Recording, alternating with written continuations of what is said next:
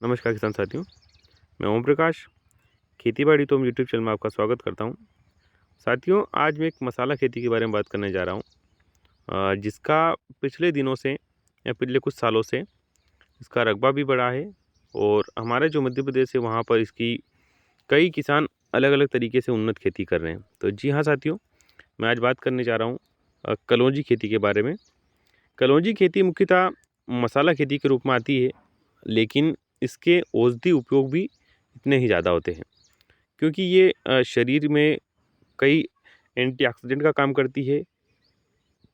इसके अलावा हमारे जो कई लोग होते हैं जिनका वज़न ज़्यादा होता है, उनका वज़न कम करने में भी फ़ायदेमंद होती है। तो ये एक औषधि फसल भी है और ये एक हमारी मसाला खेती भी है। किसान साथियों, अगर इसकी बात करूँ तो ये आप चाहे आपके यहाँ पर काली मिट्टी हो या लाल मिट्टी हो, ये सभी जगह सामान्यतः अच्छा उत्पादन देती है। किसान साथियों, अगर इसकी बुआई की बात करें तो इसकी बुआई हमारे जो अक्टूबर-नवंबर होता है, अक्टूबर-नवंबर का जो माह होता है, वहाँ पर इसकी बुआई की जाती है। बुआई के लिए कुछ नहीं, आपको शुरुआती अवस्था में आपके खेत की तैयारी करनी है। तैयारी के साथ-साथ आपको क्यारी में ही इसकी बुआई करनी है और जो फोकल विधि होती है, यानी जैसे फुरका विधि से हम अन्य हमारी जो पारंपरिक फसलें की बुआई करते हैं, इसी तरीके की आप बुआई कर सकते हैं। इसके अलावा अगर मैं इसमें पानी की बात करूँ, तो इसमें 5 से 6 पानी बहुत होते हैं। यानी अगर आप 15 दिन के गैप से भी आप निकाल रहे हैं, तो वहाँ पर 10 से 12 दिन या 15 दिन के गैप में आप इसमें 5 से 6 सिंचाई कर सकते हैं। इसके अलावा साथियों, इसमें बात करूँ मैं, तो इसमें कुछ रोग भी लगते हैं, जैसे कि इनमें काली मस्सी लगती है, अन्य जो फफूंद जनित रोग है, जो फंगस वाले रोग हैं, वो भी लगते हैं। इसके लिए आपको एक स्प्रे शेड्यूल रखना होता है। जैसे मान लीजिए कि आपकी फसल 30 दिन की हो गई है, तो वहाँ पर आपको एक स्प्रे करना है।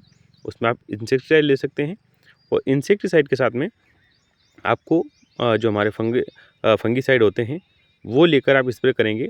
और इसके अलावा जैसे ही आपकी फसल में हमारे फूल खिलने लगते हैं, वहाँ पर भी आपको एक स्प्रे करना होगा, जिससे हमारी जो फसल है उसके फूल नहीं गिरेंगे या फूल में हमारे फफूंद जनित रोग नहीं लगेंगे और हमारा उत्पादन अच्छा रहेगा।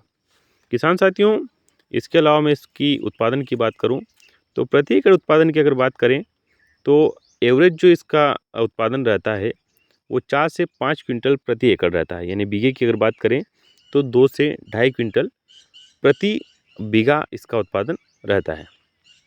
किसान साथियों, इसके अलावा मैं इसमें अन्य चीज़ों की बात करूँ, तो इसके जो बाज़ार भाव जो भी पिछले सालों से चले आ रहे हैं, वो बहुत अच्छे रहे हैं।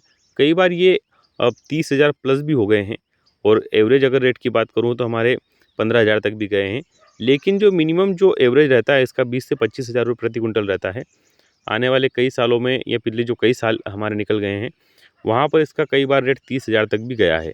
लेकिन हमारा जो एवरेज रेट 12 महीने चलता है कलौंजी का, वो 20 से 25,000 रुपये प्रति क्विंटल रहता है। यानी कि अगर आप 1 एकड़ में भी इसकी बुआई कर रहे हैं, तो वहाँ पर आप आराम से 1 लाख रुपए से ऊपर का शुद्ध मुनाफ़ा कमा सकते हैं। क्योंकि इसमें खर्च हमारी जो अन्य मसाला फसलें हैं, उनके बजाय इसमें कम होता है। इस वजह से जो इसका मुनाफ़ा होता है, वो भी ज़्यादा रहता है। किसान साथियों, इसके अलावा मैं इसमें बात करूँ हमारी बुआई के तरीके की, तो जब आप बुआई करते हैं तो हमें इसमें अभी तक हर्बिसाइड इसमें नहीं आया है, यानी जो हमारे खरपतवारनाशक होते हैं, वो नहीं आए हैं। तो वहाँ पर आपको इसमें हाथ से ही निदाई-गुड़ाई लेबर के माध्यम से करवानी पड़ेगी।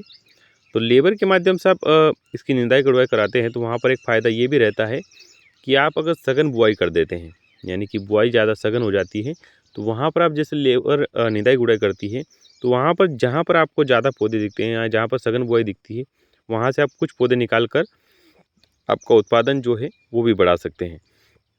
इसके अलावा मैं इसमें बात करूँ निदाई-गुड़ाई के फ़ायदे की, तो जैसे ही आप निदाई-गुड़ाई करेंगे और निदाई-गुड़ाई के बाद जैसे ही इसमें आप यूरिया देंगे और आप सिंचाई करेंगे, तो वहाँ पर जो आपकी फसल है, वो अच्छा ग्रो करेगी, उसमें अच्छे बड्स निकलेंगे और उनके निकलने से आपका जो उत्पादन है, वो भी अच्छा रहेगा। इसके अलावा किसान साथियों, मैं इसके हार्वेस्टिंग की बात करूँ, तो इसकी हार्वेस्टिंग वैसे मैन्युअली होती है, क्योंकि इसका जो बीज होता है, वो बहुत छोटा होता है। यानी हमारे जो प्याज के सीड होते हैं, प्याज के बीज होते हैं, उसी तरीके का हमारा कलौंजी का भी सीड रहता है।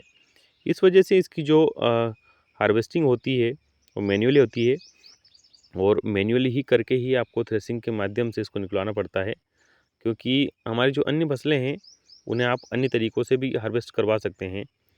तो लेकिन इसका ऐसा नहीं है, इसे आप मैन्युअली ही हार्वेस्ट करना पड़ता है और इसके साथ में इसमें मैन्युअली ही थ्रेशर के माध्यम से इसे हार्वेस्ट करना पड़ता है। इसके अलावा साथियों मैं इसमें बात करूं तो कई किसान साथी हमारी जो परंपरागत फसलें हैं वो छोड़ के नई जो हमारी सब्जी वर्गी फसलें हैं, औषधि फसलें हैं, मसाला फसलें हैं, उनकी खेती कर रहे हैं और अच्छा मुनाफा कमा रहे हैं। तो जो किसान साथी हमारे चैनल पर नए हैं वो इस चैनल को सब्सक्राइब ज़रूर करें और ये वीडियो अन्य किसानों तक शेयर करें, ताकि हमारे जो किसान साथी हैं वो नई उन्नत खेती करके अच्छा मुनाफा कमाएं। इसके अलावा आप हमें हमारे कमेंट बॉक्स में कमेंट करके बताएं और जो आप फसलें अभी कर रहे हैं, चाहे आप पारंपरिक कर रहे हों, चाहे आप औषधि कर रहे हो, चाहे आप सब्जी वर्गी कर रहे हो, एक बार हमें कमेंट करके बताएं और अपना अनुभव हमारे साथ साझा करें। तो और जानकारी अच्छी लगे तो हमारे यूट्यूब चैनल को सब्सक्राइब जरूर करें और अन्य किसानों तक शेयर जरूर करें। बहुत बहुत धन्यवाद।